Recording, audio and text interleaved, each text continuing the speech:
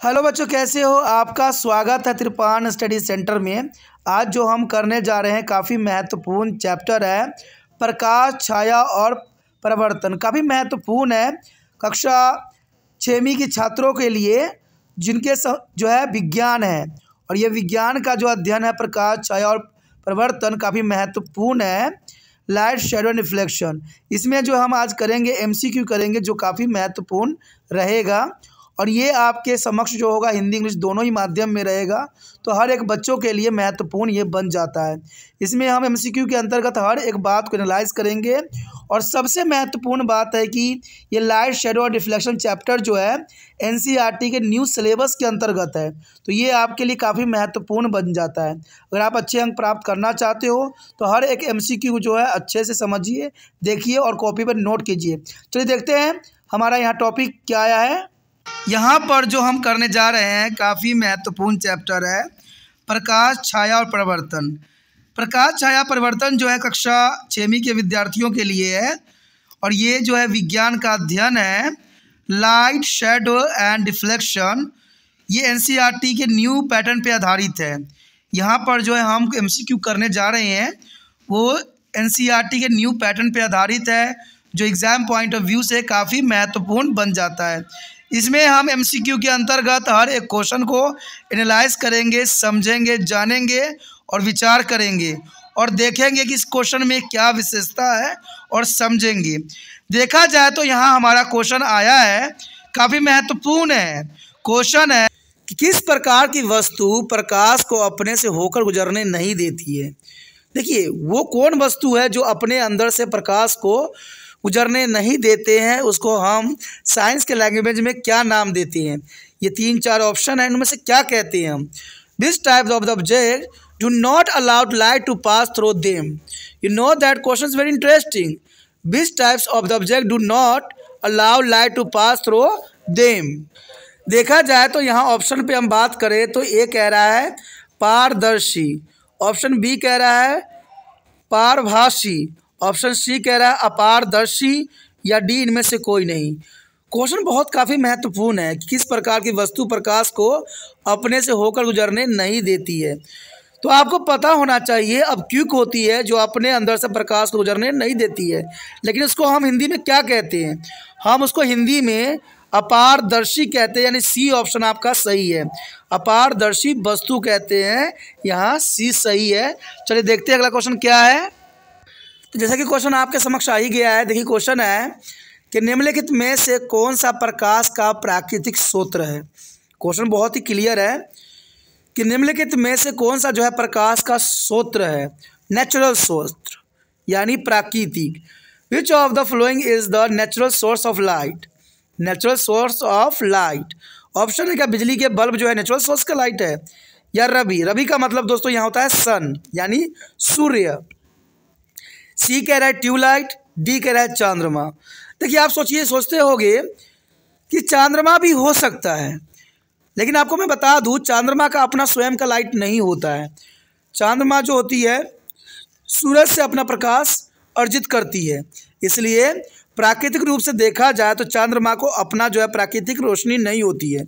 बिजली के बल्ब की भी नहीं होती है, ट्यूबलाइट की भी नहीं होती है।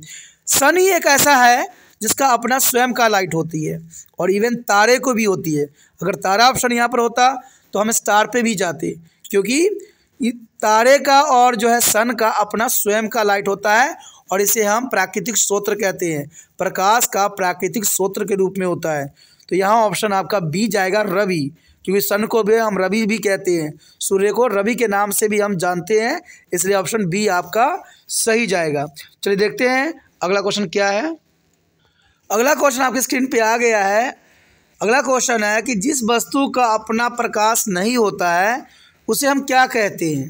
देखिए, जिस वस्तु का अपना प्रकाश नहीं होता है हम उसे क्या कहते हैं। The object which does not be have a light to be its own is. The object which does not have a light of its own is. क्या हम उसको चमकता हुआ दर्पण कहते हैं जिसका अपना प्रकाश नहीं होता है, क्या बी प्रकाश बल्ब कहते हैं, या सी सितारा कहते हैं, या डी जलती हुई माचिस की डिब्बी क्यों कहते हैं। क्वेश्चन बहुत ही क्लियर है। कि जिस वस्तु का अपना प्रकाश नहीं होता। देखा जाए दोस्तों, अगर हम यहाँ पर चमकता हुआ दर्पण की बात करें तो चमकता हुआ दर्पण का अपना कोई प्रकाश नहीं होता है, ठीक है। वो उस पर जब लाइट पड़ती है तब वो जो है शीशा चमकती है। प्रकाश बल्ब की बात करें तो प्रकाश बल्ब का अपना जो है प्रकाश होता है। और मैंने अभी बताया भी था कि तारे का भी अपना स्वयं का प्रकाश होता है। तारा और सन जो होता है अपने स्वयं के प्रकाश से ही चमकता है। जलती हुई माचिस का भी अपना प्रकाश होता है। तो हमसे यहाँ क्वेश्चन पूछ लिया है कि प्रकाश नहीं होता है, तो इसका मतलब ऑप्शन ए सही जाएगा, चमकता हुआ दर्पण। चमकता हुआ दर्पण का अपना प्रकाश नहीं होता है, वो किसी भी लाइट से चमकता है। तो यहाँ पर ए ऑप्शन आपका सही जाता है। चलिए देखते हैं अगला क्वेश्चन क्या है। अगला क्वेश्चन आपके समक्ष आ गया है। क्वेश्चन है, एक खगोलीय पिंड की छाया का दूसरे खगोलीय पिंड पर बनना क्या कहलाता है। क्वेश्चन बिल्कुल साफ है। एक खगोलीय पिंड की छाया का दूसरे खगोलीय पिंड पर बनना क्या कहलाता है।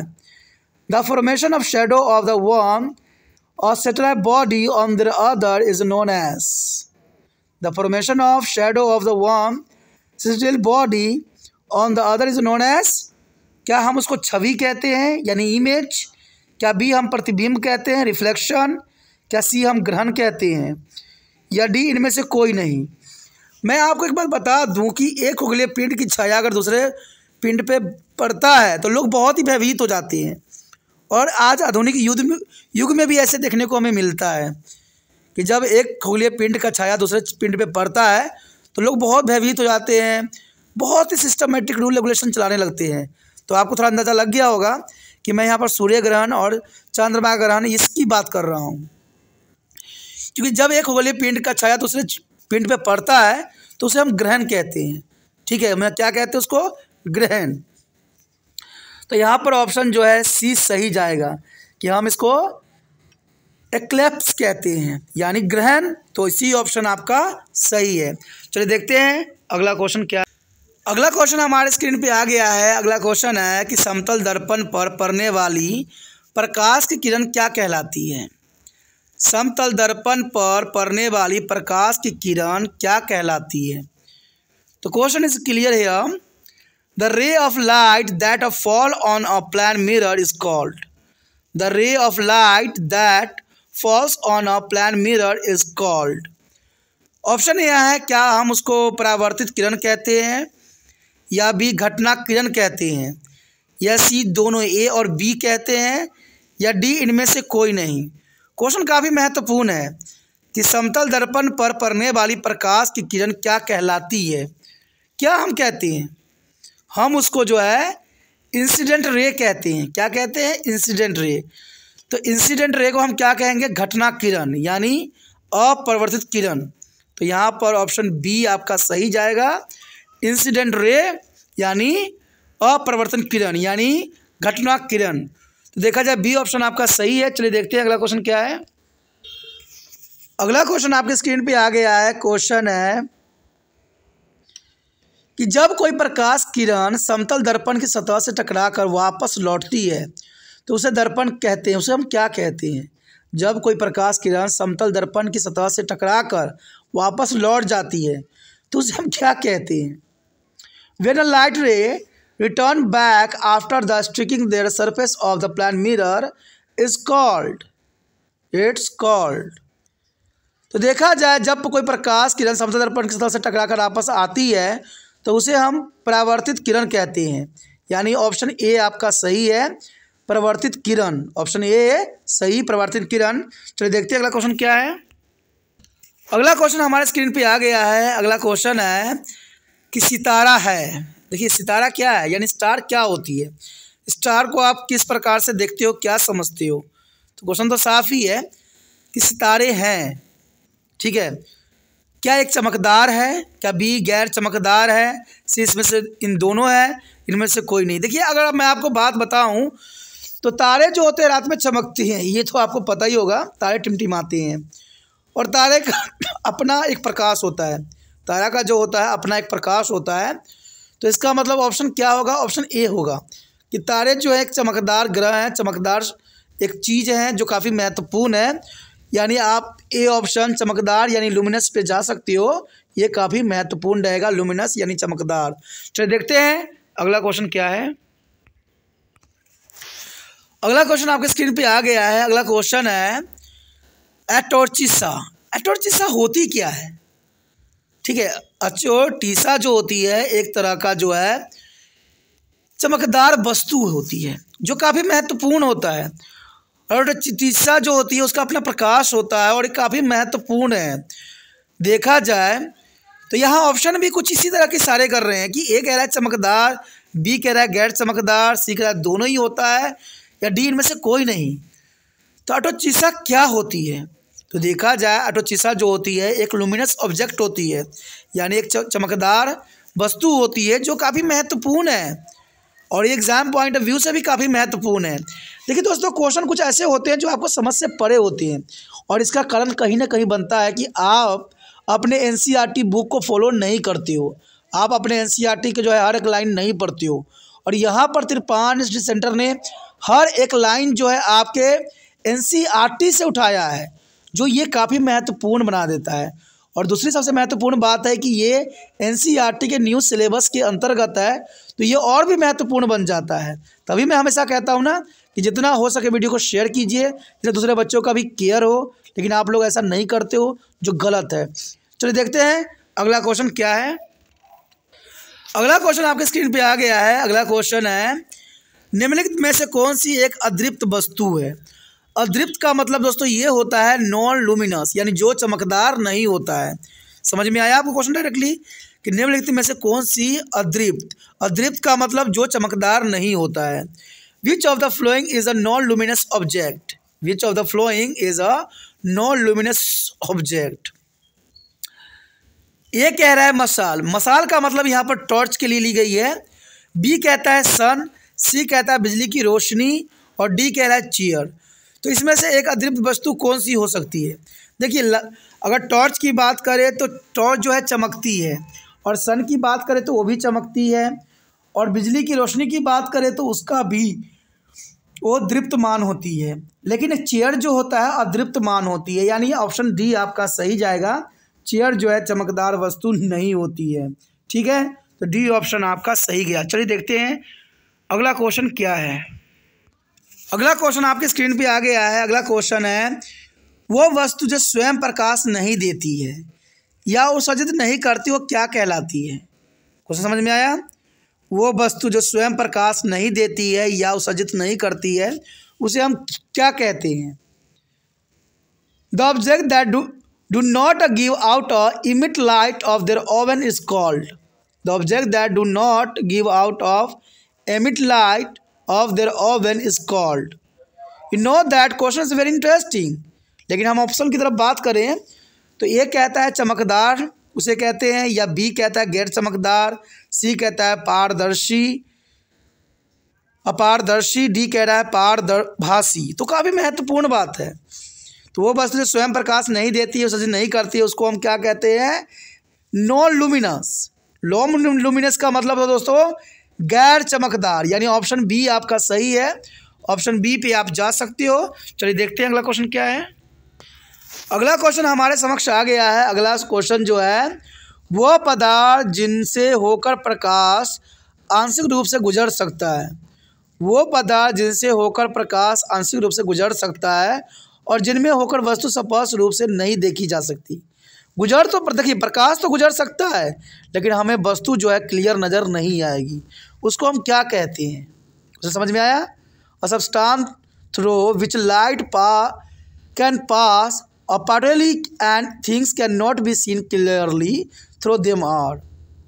The substance through which the light can pass particularly and things cannot be seen clear through them are. Option पे अगर नज़र करें तो क्या उसको हम पारदर्शी कहते हैं, या बी अपारदर्शी कहते हैं, या सी पारभासी कहते हैं, या इनमें से कुछ नहीं कहते हैं?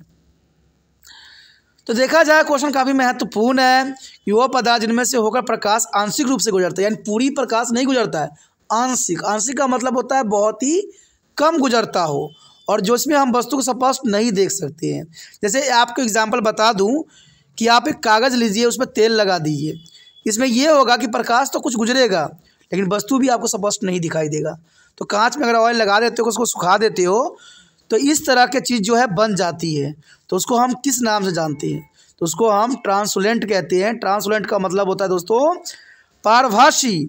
तो प्रभासी जो है सी ऑप्शन आपका सही है, सी ऑप्शन के साथ आप जा सकते हो, सी इज करेक्ट। चलिए देखते हैं अगला क्वेश्चन क्या है। अगला क्वेश्चन आपके समक्ष आ गया है। अगला क्वेश्चन देखिए क्या है कि निम्नलिखित में से कौन पारदर्शी है या प्रकाश के इसके माध्यम से गुजरने की अनुमति देती है? आपके समक्ष जो ऑप्शन है उनमें से कौन जो है पारदर्शी है, जो अपने अंदर से प्रकाश को जाने की अनुमति देती है? Question is very clear, which of the following are transparent are allow light to pass through it? Option देखें तो क्या उसे रबड़ कहते हैं, क्या ग्लास होती है, या सी तांबा है, या डी लकड़ी है? तो क्वेश्चन बिल्कुल साफ है कि निम्नलिखित में से कौन पारदर्शी है या प्रकाश को इसके माध्यम से गुजरने की अनुमति देती है? क्या रबड़ में प्रकाश गुजर सकती है, क्या ग्लास में गुजरती है, कि तांबा में गुजरेगी, या लकड़ी में? तो यहाँ क्वेश्चन बिल्कुल साफ है। और मैं बता दूँ आपका, आप ग्लास से जो है प्रकाश गुजर सकती है, यानी देखिए कांच जो होती है, कांच की ग्लास दीजिए और प्रकाश मारिए तो प्रकाश गुजर सकती है। तो इसका मतलब ऑप्शन बी आपका सही है, ऑप्शन 20 के साथ आप जा सकती हो। तो जो काफ़ी महत्वपूर्ण है, यानी ग्लास यहाँ पर सही है। दोस्तों हमने यहाँ पर जो भी क्वेश्चन किया है सारे क्वेश्चन बहुत ही महत्वपूर्ण है और एनसीईआरटी के न्यू सिलेबस के अंतर्गत है, तो बहुत ही महत्वपूर्ण बन जाता है और एग्ज़ाम व्यू से भी काफ़ी महत्वपूर्ण है और आपको याद रखने के लिए भी महत्वपूर्ण है। तो जितना हो सके इसको लिखिए, समझिए और जो है इसको दूसरे बच्चों से शेयर भी कीजिए, क्योंकि शेयर ही दूसरे बच्चों का केयर है। और आपको पता है कि आपके लिए अगर तिरपान स्टडी सेंटर ऐसा करता है तो आपका भी कुछ फ़र्ज़ बनता है कि आप जितना हो सके इस वीडियो को शेयर कीजिए। देखिए दोस्तों, कहते हैं ना कि जो चीज़ अच्छे नहीं लगते लोग उसको आलोचना भी करते हैं, गलत भी कहते हैं, लेकिन इससे कोई फ़र्क नहीं पड़ता। कहते हैं जो चीज़ आपको समझ में आ जाए वही सच्चा ज्ञान है, और जो बातें आपको समझ ना आए उस ज्ञान का कोई अर्थ नहीं रह जाता है। और आपके लिए तिरपान स्टडी सेंटर इसलिए यहाँ पर छठी कक्षा के विद्यार्थियों के लिए लाया है सारे एमसीक्यू, क्योंकि आजकल तो पता ही होगा कि एमसीक्यू की एक नदियाँ चल रही है, तो एमसीक्यू आपके लिए महत्वपूर्ण बन जाता है। और यहाँ पर सबसे महत्वपूर्ण बात ये भी रहता है कि तिरपान सेंटर ये एमसीक्यू बहुत काफ़ी महत्वपूर्ण लाता है, जो एग्ज़ाम पॉइंट ऑफ व्यू से काफ़ी महत्वपूर्ण बनता है। तो जितना हो सके आप इसको शेयर कीजिए, क्योंकि शेयर ही दूसरे बच्चों का केयर है। आप सोच रहे होंगे कि तिरपान सेंटर 6वीं क्लास के बच्चों के लिए बना दिया, वीडियो कहानी ख़त्म, हम तो अगली बार कहीं और जाएंगे। ऐसा नहीं है दोस्तों, आपको कहीं जाने की ज़रूरत नहीं है। तिरपान स्टडी सेंटर 6th क्लास से लेके MA तक के बच्चों के लिए अगर सर यहाँ पर सारी वीडियो आपको दिखेंगी। एक बार जो यहाँ पर आ जाता है उसको दोबारा जाने की ज़रूरत नहीं पड़ती है। यहाँ पर सारे जो है इसी प्रकार समझाए गए हैं, इसी प्रकार के सारी वीडियो जो है प्लेलिस्ट पे आपको मिल जाती हैं। इसलिए मैं हमेशा कहता हूँ, अगर पहली बार मेरे वीडियो पर आए हो, मेरे वीडियो देख रहे हो, चैनल पर आए हो और पहली बार समझ रहे हो, अगर समझ आ रही है, मैं हमेशा ये बात बोलता हूँ, अगर समझ आ रही है तो सोचना नहीं होता है दोस्तों, चैनल को सब्सक्राइब करना होता है। और चलो सब्सक्राइब कैसे होता है, जो सब्सक्राइब आपको तो पढ़े लिखे हो ही, सब्सक्राइब जो दिख रहा है उसको दबाइए और तिरपान स्टडी सेंटर के साथ जुड़ जाइए।